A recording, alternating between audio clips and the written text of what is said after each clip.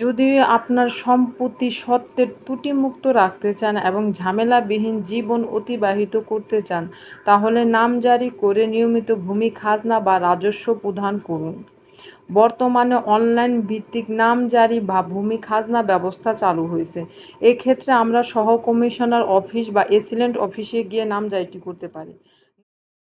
নামজারি না করলে যে সকল সমস্যায় পড়তে পারি: আপনার সম্পত্তির অংশ আপনার সহ অংশীদার বা ওয়ারিশগণ সেই সম্পত্তি তার নিজ নামে নামজারি করে নিয়ে যেতে পারে।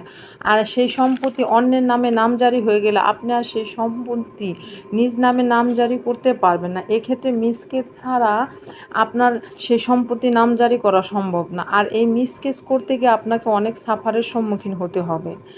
যেমন আপনার টাকা লস হবে, সময় লস হবে এবং হয়রানির সম্মুখীন হবেন। নিয়মিত বার্ষিক খাজনা প্রদান না করলে সরকার বকেয়া রাজস্বের উপর 1/4 সুদ ধার্য করে। আর এতে দেখা যায় আমাদের অনেক টাকা খরচ বা লস হয়।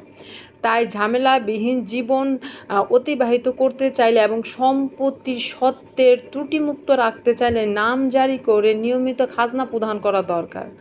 আপনারা যদি আমার চ্যানেলটি সাবস্ক্রাইব করেন তবে নতুন নতুন আরও তথ্যমূলক ভিডিও বানাতে আমি অনুপ্রাণিত হব। এবং সাবস্ক্রাইব এর পাশাপাশি লাইক, কমেন্ট, শেয়ার করবেন। আল্লাহ হাফেজ।